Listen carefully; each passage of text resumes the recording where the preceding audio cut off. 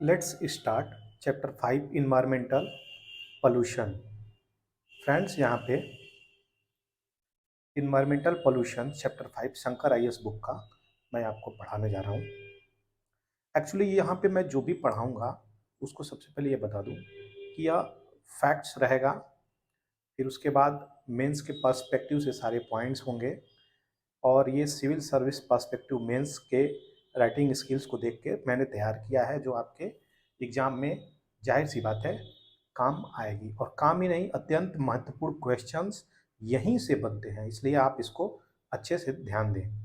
तो चलिए शुरू करते हैं। मेजर एयर पॉल्यूटेंट क्या क्या है। तो मेजर एयर पॉल्यूटेंट यहाँ पे देख सकते हैं, मैंने दिया है carbon monoxide, carbon dioxide, CFC, LED, lead,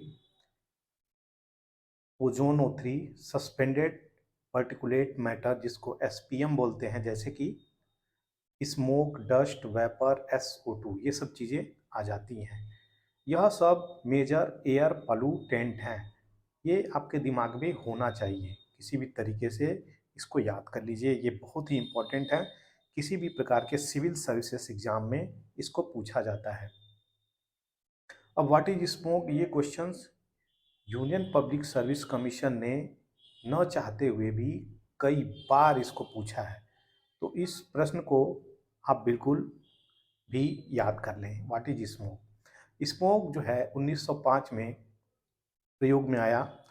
किसके द्वारा ये कॉइन किया गया था? डॉक्टर HA डेक्स वेक्स, ये इनका नामकरण करे थे और इसका उपयोग किए थे। The primary component of photochemical smoke is ozone. Ozone इसका प्राइमरी कंपोनेंट है। अगर कोई भी पूछे what is primary component of photochemical smoke is O3। The effect of smoke, smoke क्या है? एयर और स्मोक जब मिल जाते हैं तो स्मोक हो जाता है। एयर प्लस स्मोक दोनों मिलके क्या बनाते हैं? स्मोक बनाते हैं। आगे देखते हैं कि इसके क्या क्या इफेक्ट हैं, वो देख लेते हैं। यह क्या करता है? विजिबिलिटी को बहुत कम कर देता है और वातावरण को नुकसान तो पहुंचाता है। यह रेस्पिरेटरी डिजीजेस क्रिएट करता है और यहाँ तक ब्रोंचियोल, आपके फेफड़े में बीमारियां पैदा होती हैं और मृत्यु तक होती है। और जो यूवी रेडिएशन है उसको ये कम करता है, डिक्रीज करता है विटामिन डी, और जिसके कारण बच्चों में, लोगों में रिकेट्स होती है। तो यह इसके डायरेक्ट इम्पैक्ट आपको देखने को मिल रहे हैं। What is fly ash, smoke देख लिए। अब देखिए फ्लाई ऐश क्या होता है। यह बहुत ही फाइन पाउडर प्रकार से, एक प्रकार से होता है, जो कि बहुत लंबा सफर तय करके हवा में उड़ता रहता है। उसमें क्या क्या होते हैं? मेन एल्यूमिनियम सिलिकेट होती है और सिलिकॉन डाई ऑक्साइड होती है, कैल्शियम ऑक्साइड इसमें होते हैं। इनसे मिलके होता है क्या? Fly ash. ये बहुत ही इंपॉर्टेंट है। एल्यूमिनियम, सिलिका और कैल्शियम, इसको ए सी का ऐसे करके याद कर सकते हैं। Aluminium silicate and calcium dioxide fly ash में ये होते हैं। इसके क्या इफेक्ट हैं ये भी देख लेते हैं। Fly ash is not captured and disposed of properly, it can pollute air and water। अगर इसको अच्छे से कैप्चर नहीं किया, मान लीजिए ये इंडस्ट्री है और यहाँ से निकल रही है, तो यहाँ पे कुछ लगाइए ऐसा कि ये वातावरण एयर में ना जाए, इसको यहाँ पे कैप्चर कर ले। जब यहाँ पे कैप्चर कर लेगा तब ये हानिकारक वातावरण में नहीं पहुँचाएगा। तो यही यहाँ पे बातचीत चल रही है। रेस्पिरेटरी प्रॉब्लम क्रिएट कर रहा है, इसके क्या क्या एडवांटेज हो सकते हैं वो देख लेते हैं। इससे मेंस में क्वेश्चंस पूछे गए हैं, इसलिए मैं यहाँ पे दिया हूँ। देखिए, इसका उपयोग करके आप सीमेंट को रिप्लेस कर सकते हैं, ब्रिक ब्रिक को रिप्लेसमेंट कर सकते हैं, लाइटर होगा और स्ट्रॉन्गर होगा। रोड मटेरियल में भर सकते हैं। किसको?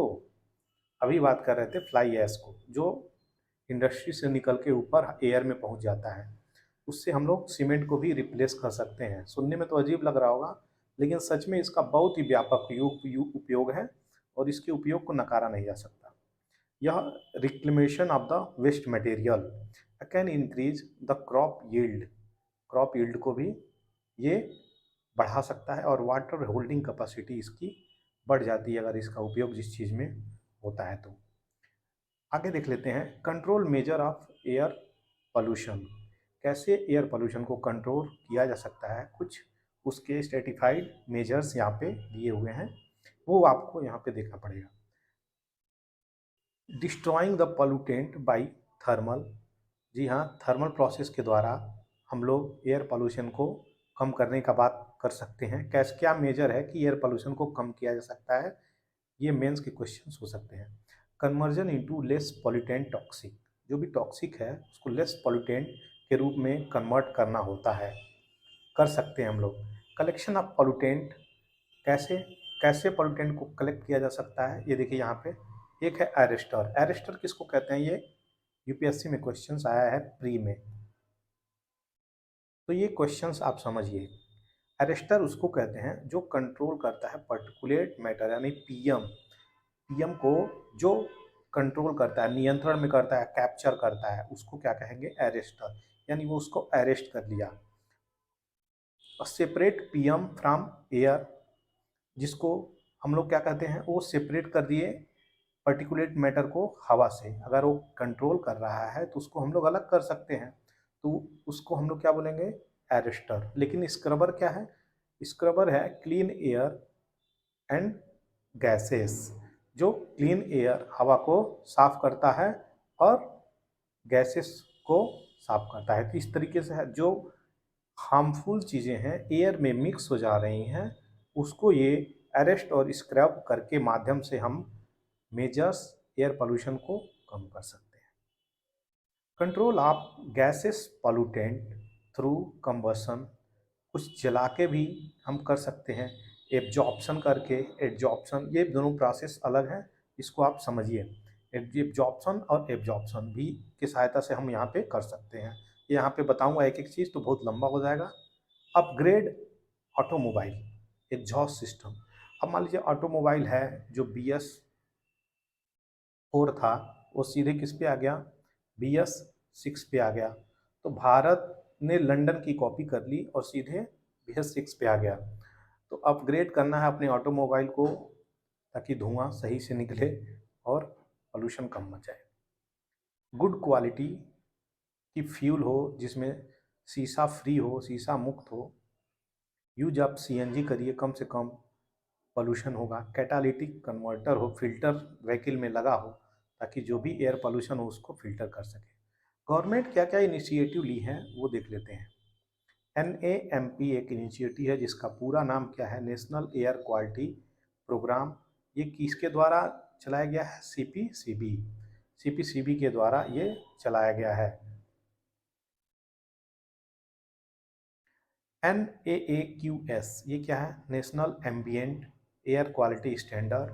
इसमें 12 पॉल्यूटेंट हैं NAQS में, ये इंपॉर्टेंट है, याद रहे। इसमें 12 पॉल्यूटेंट हैं और सब में 8 होते हैं, इसमें 12 है, यानी कि नेशनल एयर क्वालिटी स्टैंडर्ड्स में। इसमें क्या क्या पॉल्यूटेंट 12 आएंगे, sulphur dioxide, nitrogen dioxide, PM10, PM2.5, ozone, lead, CO, arsenic, nickel, benzene, ammonia and benzopyrene. ये इसके प्रमुख चीज़ें हैं। नेशनल एयर क्वालिटी इंडेक्स में जो कि मैं पहले बताया 80 हैं, वो क्या पॉल्यूटेंट हैं, जो कि 2015 में NAKQI लॉन्च किया गया था, नेशनल एयर क्वालिटी इंडेक्स। और इसमें क्या है, 6 कैटेगरीज हैं, 8 पॉल्यूटेंट हैं। 6 कैटेगरीज, 8 पॉल्यूटेंट, ये याद रखने वाली चीज़ है। PM10, 2.5, NO2, SO2, CO, O3, NH3 and PB। तो ये लीड, ये सारी चीज़ें हैं। चौथा देख लेते हैं नेशनल क्लीन एयर प्रोग्राम।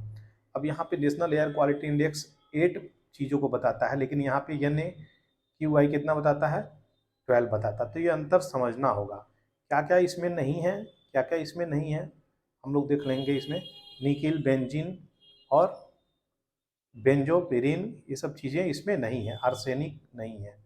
तो ये चीज़ें हैं। नेशनल क्लीन एयर प्रोग्राम जो कि 5 ईयर का एक्शन प्लान है, 2019 में इसको पहली बार लाया गया। अब आते हैं वाटर पोल्यूशन की तरफ। इसके सोर्सेस क्या हो सकते हैं? What are the sources of water pollutions? ये मेनली यूपीएससी कंसर्न है, जो मेंस पर्सपेक्टिव से आपको टॉपिक दी जा रही है। आप इसको लिखेंगे, जाहिर सी बात है आप अच्छे अंक ले सकते हैं, अच्छे मार्क्स आपके आएंगे। तो यहाँ पे आप देख सकते हैं पॉइंट सोर्स। पॉइंट सोर्स में क्या आता है? Source to the water, water तक जो सोर्स होता है इजी टू रेगुलेट होता है, उसको इजी आराम से हम लोग रेगुलेट कर सकते हैं, जो सोर्स वाटर का होता है। और पॉइंट सोर्स के बाद आता है non point source. Non point source क्या है? कम्युनिटी वेस्ट वाटर, जो कम्युनिटी से निकला हुआ पानी है उसको हम लोग क्या कर सकते हैं? उसको रेगुलेट करेंगे, जैसे इंडस्ट्री और वेस्ट। एग्रीकल्चरल सोर्सेस हो गई। एग्रीकल्चरल सोर्सेस में क्या है? खेत में बहुत सारे फर्टिलाइजर वगैरह पड़ रहे हैं, पेस्टिसाइड, हर्बिसाइड, वीडिसाइड, पता नहीं क्या क्या साइड पड़ रहे हैं। तो इसके थ्रू भी हम लोग बहुत सारे पोल्यूशंस अल्टीमेटली ज़मीन के अंदर जा रही है, फिर हम लोग पानी के रूप में ग्रहण कर रहे हैं। थर्मल पोल्यूशंस बहुत सारे होते हैं। थर्मल पोल्यूशंस कई प्रकार से हो सकते हैं। कोल हो गया और जियोथर्मल हो गया, कई प्रकार से पोल्यूशंस आ जाएंगे इसमें। Underground water pollution, underground water pollutions हो रहे हैं जिसकी वजह से मरीन पोल्यूशंस हो रहे हैं। अब इफेक्ट ऑफ वाटर पोल्यूशन देख लेते हैं। इफेक्ट ऑफ वाटर पोल्यूशन क्या है? एक्वेटिक, एक्वेटिक सिस्टम पे सबसे बुरा प्रभाव पड़ रहा है। जो भी जलीय जंतु हैं उन पे बहुत बुरा प्रभाव पड़ रहा है, जैसे फिश, टर्टल, नेक्टन्स। नेक्टन्स वो होते हैं बड़े बड़े जो समुद्र में रहने वाले जीव जंतु होते हैं, नेक्टन्स कहलाते हैं। उन पे बुरा प्रभाव पड़ रहा है पोल्यूशन की वजह से, वो मर रहे हैं।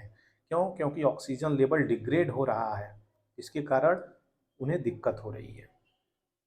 तो उनका सारी की सारी लाइफ साइकिल बिगड़ रही है। ह्यूमन पे क्या प्रभाव पड़ रहा है? जाहिर सी बात है, कुछ उदाहरण के रूप में देखेंगे। मीन माता डिजीज मरकरी से 1952 में इसको लाया गया, इताई इताई कैडमियम से लाया गया, और कॉच डिजीज भी इसको कहा जाता है। एनीमिया और हेडक ये एलईडी सीसा से लाया गया। ग्राउंड वाटर हैजार्ड हो रही है, तो पानी जो रिसीड होकर फर्टिलाइजर, पेस्टिसाइड, इंसेक्टिसाइड, वीडिसाइड, पता नहीं क्या क्या साइड जा रहा है, वो ग्राउंड वाटर को रिचार्ज कर रहा है। अल्टीमेटली पर्सिपिरेशन हो रहा है, तो अल्टीमेटली वाटर नीचे जा रही है। वाटर लेवल जो भी हम लोग खेत में डालते हैं, तो वो कहाँ क्या हो रही है? ग्राउंड वाटर को पॉल्यूट कर रही है, ग्राउंड वाटर पॉल्यूट कर रही है। तो excess of nitrate in the drinking water reacts with haemoglobin, और हीमोग्लोबिन और मेथेमोग्लोबिन के साथ ये रिएक्ट कर रही है, और जिसको हम लोग ब्लू बेबी सिंड्रोम बोल रहे हैं। Excess of fluoride, arsenic water, जो भी ड्रिंकिंग वाटर है उसमें। बायोलॉजिकल मैग्निफिकेशन, ये एक इम्पॉर्टेंट टर्म है। मान लीजिए छोटी मछली है, फिर बड़ी मछली है, फिर उससे भी बड़ी मछली है, फिर उससे भी बड़ी मछली है। तो ये छोटी मछली अगर पोल्यूशन में रह रही है, तो जो भी खा रही है तो इसके अंदर जा रहा है, तो ये इसको खाई तो इसके अंदर गया, फिर ये इसको खाई पोल्यूशन तो इसके अंदर गया। तो इसके अंदर मान लीजिए 1 ग्राम था, इसके अंदर 2 ग्राम, इसके अंदर 3 ग्राम, इसके अंदर 10 ग्राम। तो ये ऐसे चीज़ें मैग्नीफाइड हो गई हैं, ये पोल्यूशन मैग्नीफाइड हो गया आते आते, ये बायो मैग्निफिकेशंस हो गई। यूट्रोफिकेशंस एक प्रोसेस है जो आपको डिटेल में बताऊंगा, यहाँ पे छोड़िए। कंट्रोल मेजर्स, कंट्रोल मेजर्स क्या क्या हो सकते हैं? राइपेरियन बफर, राइपेरियन बफर आप करिए। ट्रीटमेंट आप सीवेज कर सकते हैं। Hot water should be cooled of the power plant, जो भी न्यूक्लियर पावर प्लांट हो, बड़े बड़े पावर प्लांट हो, उनके जो भी वाटर है वो एक नॉर्मल टेम्परेचर पे लाने के बाद ही वाटर को रिलीज करें।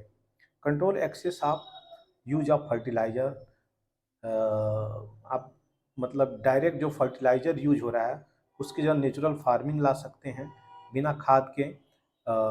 तो ये ऐसा बहुत अच्छा रहेगा, लेकिन ये चीज़ें, इसके प्रॉज कॉन्स अलग अलग हैं, और नेचुरल फार्मिंग की तरफ शिफ्ट होना अच्छी बात है। वैसे ऑर्गेनिक फार्मिंग, जो कि मैं बोल रहा हूँ नेचुरल फार्मिंग, तो ऑर्गेनिक फार्मिंग भी यहाँ पे कर सकते हैं। वाटर हाइसीन, ये जलकुंभी होती है, वाटर को ट्रीट करती है, क्लीन करती है। नेचुरल प्रोसेस है ये एक्चुअली। ऑयल स्पिल्स एक प्रोसेस है जो ब्रिगोली क्लीन बाय ब्रिगोली।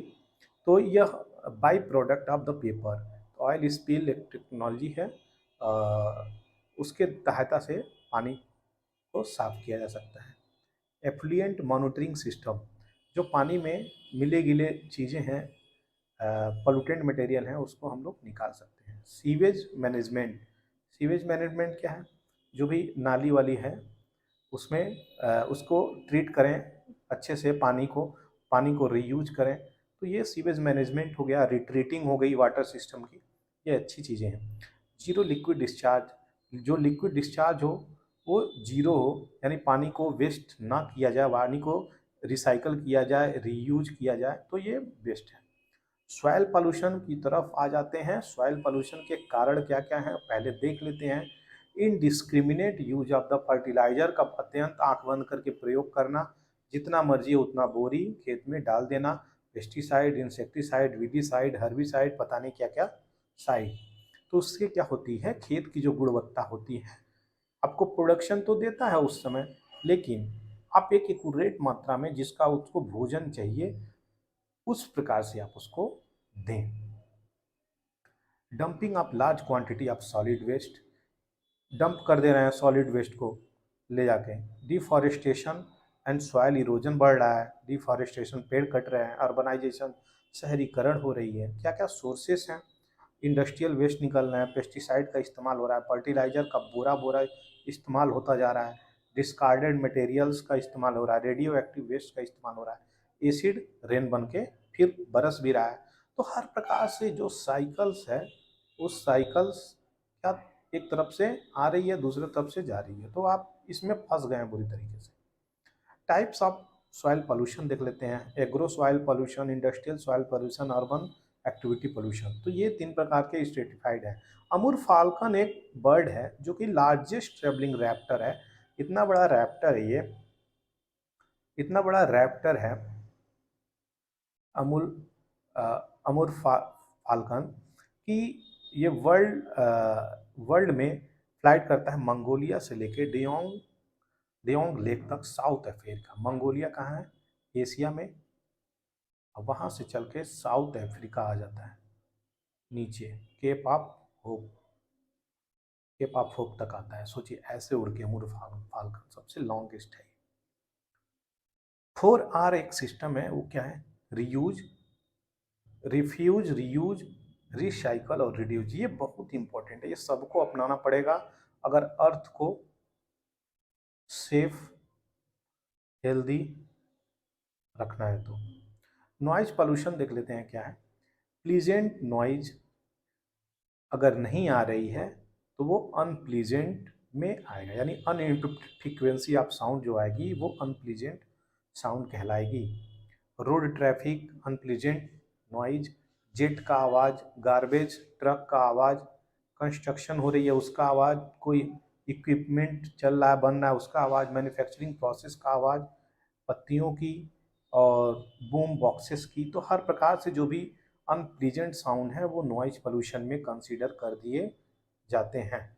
WHO का क्या कहना है? इंडोर साउंड लेवल 30 डेसिबल से कम होना चाहिए।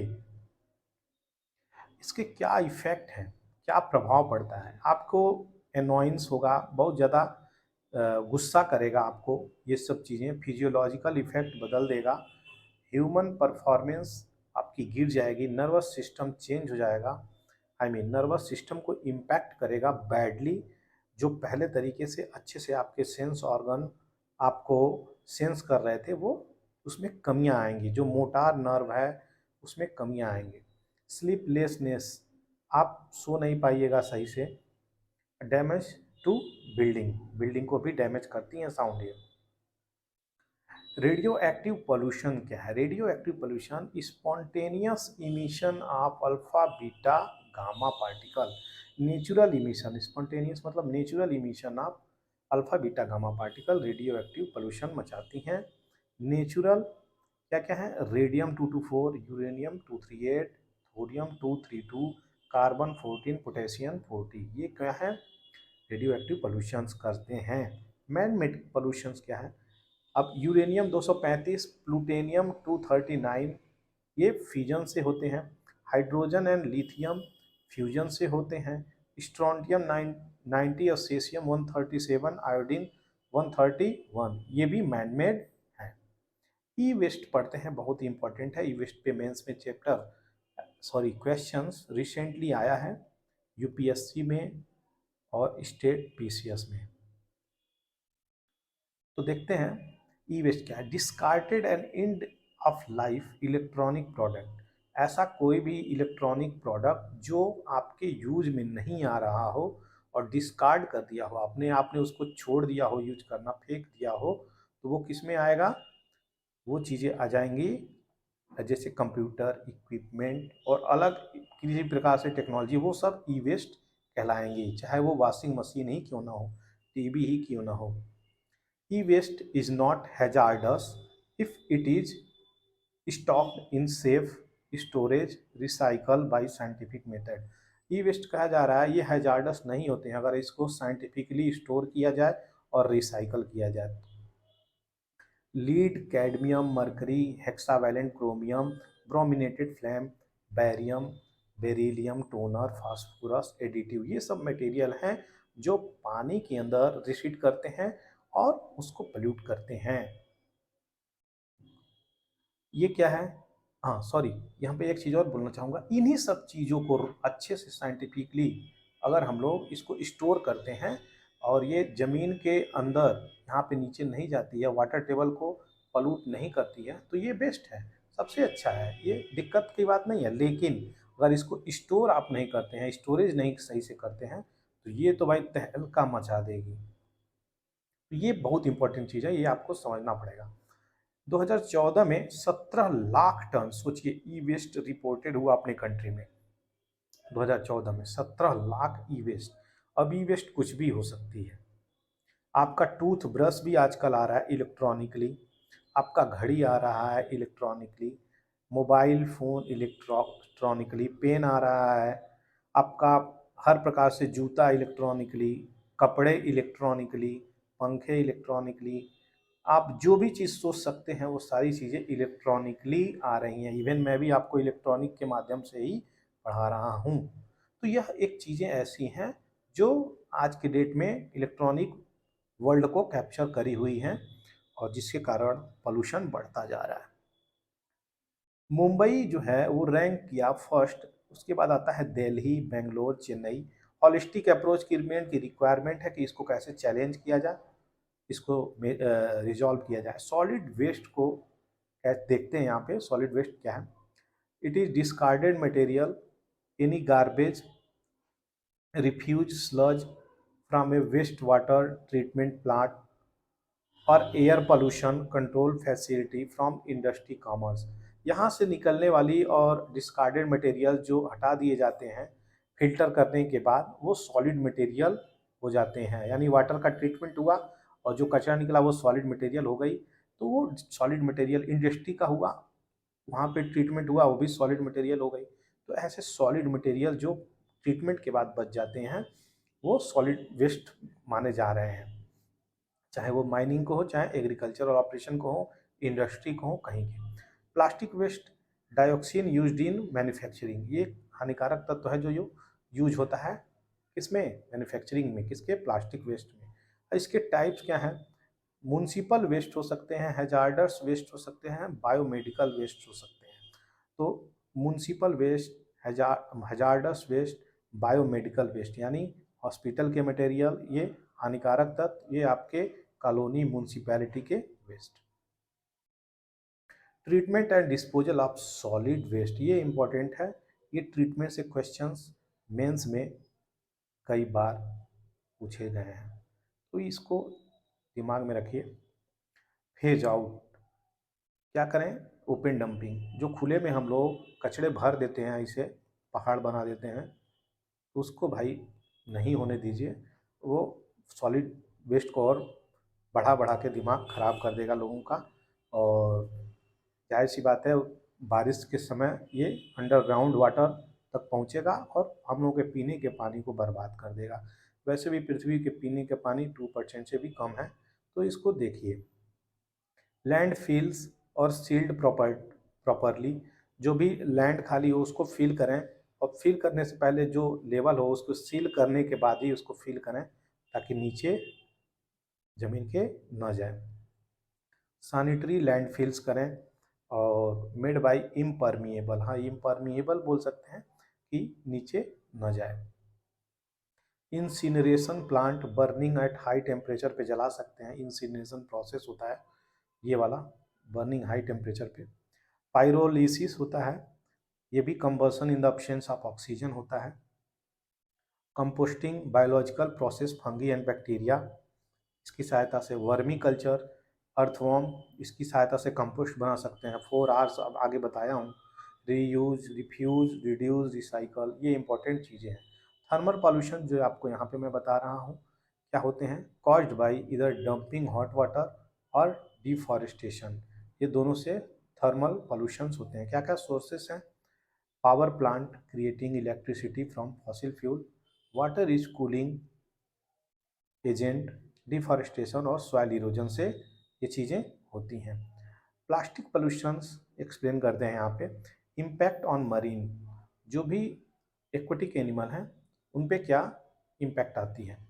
Micro particles ingested by Antarctic krill, krill एक फिश है जो अंटार्कटिका में पाई जाती है तट्स पे, एंड जू प्लैंकटन, ये दोनों माइक्रोप्लास्टिक इंगेस्टेड बाय अंटार्कटिका क्लीन और जू प्लैंकटन, ये दोनों जू प्लैंकटन और अंटार्कटिका मछली एक होती है, इन दोनों के द्वारा, ये छोटी मछली होती है और ये थोड़ा बड़ी होती है, तो ये माइक्रोप्लास्टिक खा रहे हैं, ऐसा साइंटिस्टों का मानना है। A great challenge for marine animals, marine animal अगर प्लास्टिक खा के बड़े होंगे और आप मरीन एनिमल मछली को खा रहे हैं तो आपका हेल्थ क्या रहेगा, सोचिए, सोचने वाली बात है ये। Toxic, non toxic present in sea and plastic come in contact, तो हर प्रकार से अगर आप समुद्र में ही अपने गार्बेज को डंप करेंगे तो कैसे आप एक्वेटिक एनिमल को हेल्दी रख पाएंगे, और एक्वेटिक प्रोडक्ट अगर आप लेते हैं अपने फूड में तो आप कैसे हेल्दी रहेंगे, तो क्वेश्चंस वहाँ पे उठता है। Plastic related distress over 2500 species को, सोचिए बहुत सारी प्रॉब्लम स्पेसीज को होने वाली है। इम्पैक्ट ऑन लैंड पे क्या होता है, ये चोक कर देता है ड्रेन को, प्लास्टिक कैरी बैग्स जो भी छोड़े रहते हैं बॉटल हम लोग वगैरह स्ट्रॉ वगैरह, तो ये ड्रेनेज को ब्लॉक कर देता है, ब्लॉक कर देता है। Causing illness, possible death of animals, arrest the recharge of the ground water के रिचार्ज को भी रोक देता है। Presence of additive, plasticiser, filler, flame retardant, leaches in the ground, तो लीचिंग जो प्रोसेस होती है नीचे ज़मीन के, उसकी तरीके से पोल्यूशन बढ़ते जाता है। बायो रेमेडिएशंस जो मैं पहले बताया कि किसी भी प्रकार से एक छोटे मछली से बड़े मछली तक बायो रेमेडिएशन कैसे पहुंच जा रहा है। अब use of micro organism to make less toxic, bio remediations, micro organism को इस्तेमाल करके हम लोग, बायो मैग्निफिकेशन था सॉरी, ये बायो रेमेडिएशंस है, यानी जो भी बायोलॉजिकल जंतु हैं जो भी, उनका इस्तेमाल करके हम लोग टॉक्सिक को कैसे पानी से निकालेंगे, जैसे बैक्टीरिया और फंगी ये हो गई। वायरस यूज नहीं होता है, ध्यान दीजिए यहाँ पे, इसको रेमेडिएशन में बैक्टीरिया और फंगी यूज होते हैं। इस पे क्वेश्चंस प्री में क्वेश्चंस पूछे गए हैं। Bio remediation strategy in situ का मतलब होता है अपने ही जगह पे, यहाँ पे देखिए मैंने मेंशन किया हुआ है, यहाँ से भी क्वेश्चंस, कई सारे क्वेश्चंस पूछे गए हैं यूपीएससी में और स्टेट पीसीएस में, तो इसको ध्यान से देखिएगा। बायो वेंटिंग एक टर्म है, इसको समझ लेते हैं। यह एयर सप्लाई करता है, supply of air nutrient through wells, एक कुआं के तहत बना के उसमें एयर और न्यूट्रिएंट भरता है। बायो स्पार्जिंग क्या है, injection of air under pressure, injection of air under pressure below the water table to increase ground water oxygen concentration. अब यह टेबल है, अब यहाँ पे पानी है, अब यहाँ पे ऑक्सीजन लेवल कम हो गई है पानी की, ये प्रेशर के द्वारा ऑक्सीजन को बढ़ाते हैं ताकि वाटर की क्वालिटी मेंटेन रहे। Bio augmentation, import of micro organism को इंपोर्ट किया जाता है जिसके कारण बायो ऑगमेंटेशन बोला जाता है। एक्स सिटू ऐसा प्रोसेस है जो अगर किसी जानवर का ट्रीटमेंट करना हो या फिर कोई जानवर का कुछ भी प्रकार से कार्य करना हो तो उसके हैबिटेट से निकाल के दूसरे हैबिटेट में ले जाके उसको ट्रीटमेंट दिया जाता है। लैंड फार्मिंग प्रोसेस एक एक्स-C2 में आता है, ये यहाँ पे मैंने मेंशन किया हुआ है। लैंड फार्मिंग क्या है? कंटामिनेटेड सॉइल इज एक्सकेवेटेड, जो भी कंटामिनेट सॉइल हो जाते हैं, पॉल्यूट हो जाते हैं, उनको एक्सकेवेट किया जाता है और स्प्रेड किया जाता है किस पे? एक बेड पे, और उसको टिल किया जाता है। बायोपाइल्स क्या है? It is a hybrid of land farming, या देखिए शब्द में ही है, यहाँ पे इंग्लिश में मैंने लिख दिया। It is hybrid of land farming का है, ये एक छोटा रूप है। और कंपोस्टिंग कंपोस्टिंग के माध्यम से ये होता है। बायो रिएक्टर्स का इस्तेमाल किया जाता है, कंपोस्टिंग, जो कि मैं यहाँ पे बताया। टेरी एक इम्पॉर्टेंट इंस्टीट्यूट है, has developed mixture of bacteria called oil zapper, एक प्रकार से बैक्टीरिया का ये ये क्या की है? डिस्कवरी की है, ऑयल जैपर, जो कि रिड्यूस करता है ऑयल पॉल्यूशंस। मान लीजिए टैंकर से मान लीजिए टैंकर से तेल आ रही है और ये सी में गिर गई टैंकर, और टैंकर में ऑयल है, और ऑयल को कैसे निकलेगा? तो इसके माध्यम से। ये एक ऐसा बैक्टीरिया जो ऑयल को सोख लेता है और बैक्टीरिया को निकाल दिया जाता है, ऑयल उसके साथ आ जाता है। तो ये ओशियंस में अगर कोई ऑयल स्पिल हो रही है तो ये बहुत ही इम्पोर्टेंट कारगर टेक्निक है। और कौन डेवलप किया इसको? टेरी ने। ये इम्पोर्टेंट है, ये क्वेश्चंस यूपीएससी पूछा है। ये मैं बता देता हूँ इम्पोर्टेंट चीज़ें जो होती हैं कि कहाँ पे पूछा है, तो उससे आपके दिमाग में रहेगा। जेनेटिक इंजीनियरिंग अप्रोच जो है वो फाइटो रेमिडिएशन क्या होता है? Use a plant to decontaminate air and water, पानी और हवा को डीकंटामिनेट करता है। टाइप्स क्या हैं इसके? फाइटो एक्सट्रैक्शन क्या है?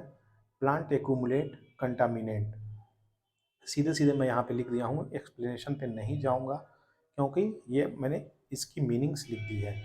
Phyto transformation, uptake of organic contaminant from soil sediment water, phyto stabilization, plant reduce the mobility of contaminated soil, phyto degradations, break down of contaminant through the activity, rhizofiltration, water remediation technique, micro remediation, fungi decontamination, micro filtration, use of fungi. Advantage क्या होता है bio remediation का? Complete destruction of wide variety of contaminant. सोच लीजिए, complete destruction होती है wide variety of contaminant, और focus क्या करता है? टारगेट करता है पॉल्यूटेंट को, लेस एक्सपेंसिव भी है, इन्वायरमेंट फ्रेंडली भी है। डिसएडवांटेज देख लेते हैं। Disadvantage of bioremediation: it is limited only to those compounds that are biodegradable and highly specific. Biodegradable होना चाहिए तभी ये काम करेगा, ये इसका डिमेरिट है। Took longer time than the other treatment, थोड़ा अधिक समय लेता है। सोर्सेज कॉजिंग एसिड रेन, ये देख लेते हैं, इंपॉर्टेंट है। एसिड रेन से हमेशा स्टेट पीसीएस का क्वेश्चन आता है, यूपीएससी ने भी बनाया है। स्टेट पीसीएस ज़्यादा क्वेश्चन से डील करता है। Sulphur, nitrogen, formic acid, chlorine, phosphoric acid, HCl, carbon monoxide, dioxide, ये सब क्या है? कॉजिंग एसिड रेन कॉज करते हैं। इम्पैक्ट क्या हो सकते हैं एसिड रेन के? सॉयल लीचिंग करेगा, decrease in the respiration of the soil, soil की जो क्वालिटी होगी वो गिरेगी, इंक्रीज होगी ammonia nitrate level, soil decrease कर जाएगी। वेजिटेशंस में इम्पैक्ट करेगा, रिड्यूज करेगा ग्रोथ, लॉस ऑफ फोलियर, वेजिटेशन तो पेड़ पौधों को भी दिक्कत करेगा, सॉइल को भी दिक्कत करेगा। क्या क्या दिक्कत करेगा? Acid rain. Biomass death of the Bini tree, और अफेक्ट करेगा लाइकेन को। सॉरी, माइक्रो ऑर्गेनिज्म को भी इम्पैक्ट करेगा, डिस्टर्ब करता है नॉर्मल ग्रोथ उनका, वाइल्ड लाइफ को अफेक्ट करता है, उनके अंडे सही से नहीं डेवलप होते हैं, जिसके कारण अंडे से बच्चे निकलने से पहले अंडे फूट जाते हैं। टैडपोल्स और फ्रॉग को इम्पैक्ट कर रहा है, सलमुंडर्स को इम्पैक्ट कर रहा है ब्रीडिंग में, स्मॉल फॉरेस्ट पॉन्ड में। ह्यूमंस को कैसे इम्पैक्ट करता है, स्किन में, आई में, रेस्पिरेटरी में, फार्मिंग में, फिशिंग में, इनकम में। एगैमोस्पर्मी क्या है, sometimes seeds of the plant are formed without fertilization called agamospermy. Parthenocarpy क्या है, a fruit mature without seed formation is called parthenocarpy. तो ये दोस्तों आपको ये चीज़ें मैंने आज बता दी। तो यहाँ पे जो भी शंकर आईएएस का चैप्टर 5 मैं कवर किया हूँ, आपको अच्छा लगा हो तो इसको दूसरों को ज़रूर बताएं। आपके फ्रेंड इसको जानेंगे तो आपको भी अच्छी बातें वो बताएंगे। तो एक प्रकार से कम्युनिकेशंस को बॉन्डिंग के रूप में बनाएं, ताकि आपका जो एजुकेशंस होगा, आपका जो लेवल होगा, वो ग्राफ ऐसे ऐसे चलेगा ऊपर की तरफ। लेकिन कितने लोग होते हैं वो किसी एक को बताते हैं और किसी एक को नहीं बताते। तो यह सोच नहीं रखना है, सबको बताना है कि अगर कहीं से आपको रिसोर्स मिल रहा है, ताकि लोगों को अंडरस्टैंडिंग अच्छे से आए और लोग अच्छे से इसको समझ सकें। थैंक यू फॉर वॉचिंग पूरा एकेडमी।